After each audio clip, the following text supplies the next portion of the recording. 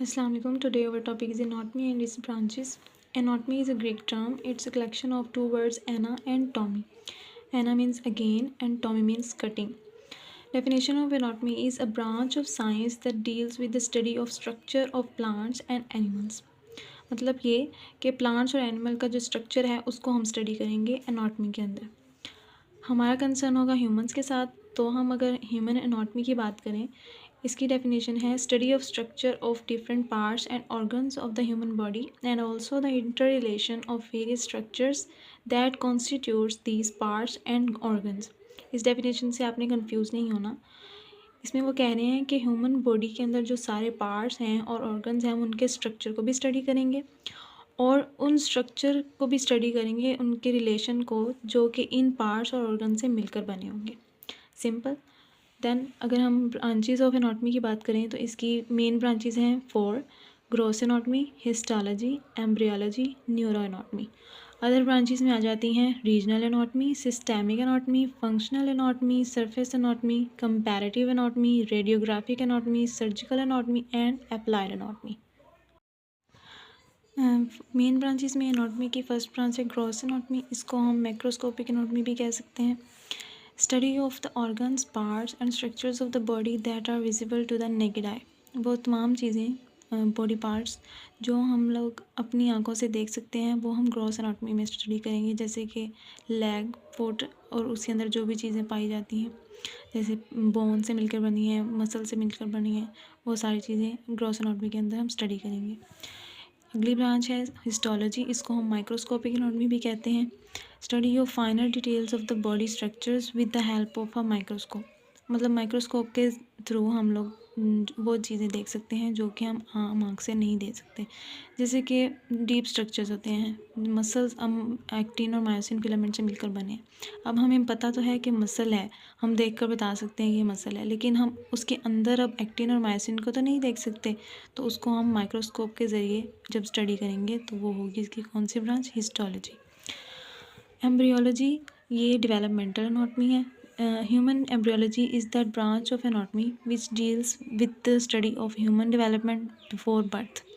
अब बर्थ से पहले ह्यूमन की जो भी डेवलपमेंट होती है वो सारी एम्ब्रियोलॉजी के अंदर स्टडी करेंगे. जैसे फर्टिलाइजेशन होती है, एग एंड स्पर्म मिलते हैं और जाइगोट बनता है, फिर जाइगोट से आगे फीटस बनता है, और टिल बर्थ जो भी आगे डेवलपमेंट होती है वो सारी एम्ब्रियोलॉजी के अंदर स्टडी की जाती है. Neuro anatomy study of the structure and organisation of the nervous system of the body. के नर्वस सिस्टम की जो भी स्ट्रक्चर या ऑर्गेनाइजेशन है वो हम न्यूरो एनाटॉमी के अंदर स्टडी करेंगे. आगे है रीजनल एनाटॉमी. रीजनल एनाटॉमी को टोपोग्राफिकल एनाटॉमी भी कहते हैं. कि study of anatomy of specific portions और रीजन्स ऑफ द बॉडी. के बॉडी के अंदर जो भी डिफरेंट रीजन्स हैं उनको जब हम स्टडी करेंगे तो वो होगी रीजनल एनाटॉमी. अब कैसे? रीजन्स पार्ट्स भी होते हैं, एरियाज़ होते हैं. रीजन्स क्या चीज़, क्या मतलब हुआ? रीजन्स का मतलब हुआ कि जैसे एक स्पेसिफिक पोर्शन है हमारी बॉडी का, ह्यूमन की जो बॉडी है उसको वैसे अगर हम साइंटिफिकली देखें तो 3 पोर्शंस में डिवाइड किया गया है, 3 रीजन्स में: head and neck, trunk, limbs और एक्सट्रीमिटीज़. अब ये लिम्स क्या वर्ड है? ये आपके लिए एक न्यू वर्ड होगा. इनको हम कहते हैं जो भी हमारी अपेंडेजेस हैं. जैसे कि एक होता है ना एक्सल स्केलेटन और एक एपेंडिकुलर स्केलेटन होता है. जो अपेंडेजेस होती हैं ना उनको हम लिम्स कहते हैं. जैसे आर्म है और जो लेग है उसको. तो ये जो 3 पोर्शंस हैं, रीजन्स हैं, जब हम इनको स्टडी करेंगे तो क्या होगा? हम रीजनल एनाटॉमी को स्टडी करेंगे. आगे अगर हम मज़ीद देखें तो जो ट्रंक है उसको 3 मज़ीद पोर्शंस में डिवाइड किया गया है रीजन्स में: thorax, abdomen and pelvis. Upper limb को arm, forearm and hand, और जो लोअर लिम्ब है उसको थाई, लेग और फुट में डिवाइड किया गया है. तो ये तो डिफरेंट रीजन्स हैं, इनको हम रीजनल एनाटॉमी में स्टडी करेंगे. Next is systemic anatomy. Study of anatomy of specific systems of the body. जो भी ह्यूमन बॉडी के जो सिस्टम्स हैं, जैसे नर्वस सिस्टम है, कार्डियक सिस्टम है, इन सबको जब हम स्टडी करेंगे सेपरेटली तो हम वो सिस्टेमिक एनाटॉमी में स्टडी करेंगे. Functional anatomy study of correlation of any organ or part of the body with its structure. कोई भी पार्ट है उसके जब हम फंक्शनली जब उसको स्टडी करेंगे या कोई भी कोरिलेशन उसका, तो वो हम करेंगे फंक्शनल एनाटॉमी में.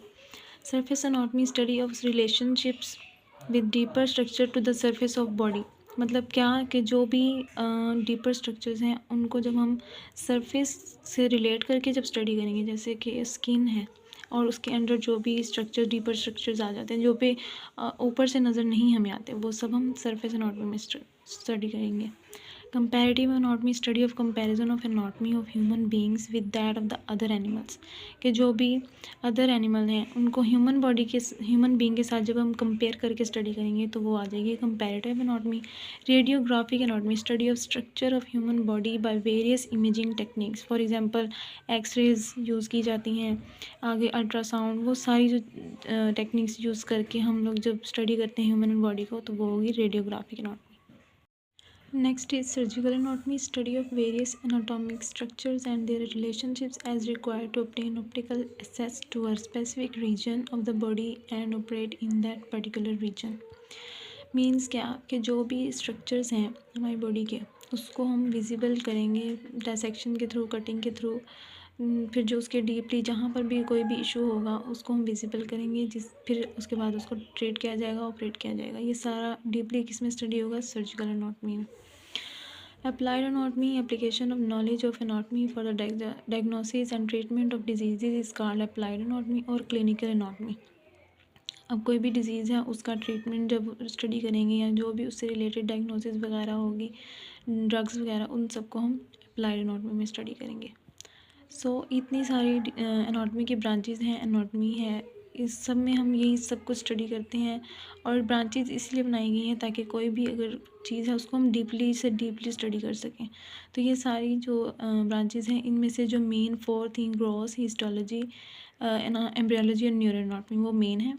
लेकिन आपको सबके बारे में एक बार नॉलेज होना चाहिए, नॉलेज ज़रूरी है। इनकी डेफिनेशंस आप बेशक प्रॉपर याद ना करें लेकिन आपको उन सब की डेफिनेशंस के बारे में नॉलेज होना चाहिए कि इस ब्रांच में हम क्या क्या स्टडी करेंगे। बाकी मेन आपकी जो है वो करनी है और उसके बाद एनाटॉमी की डेफिनेशन।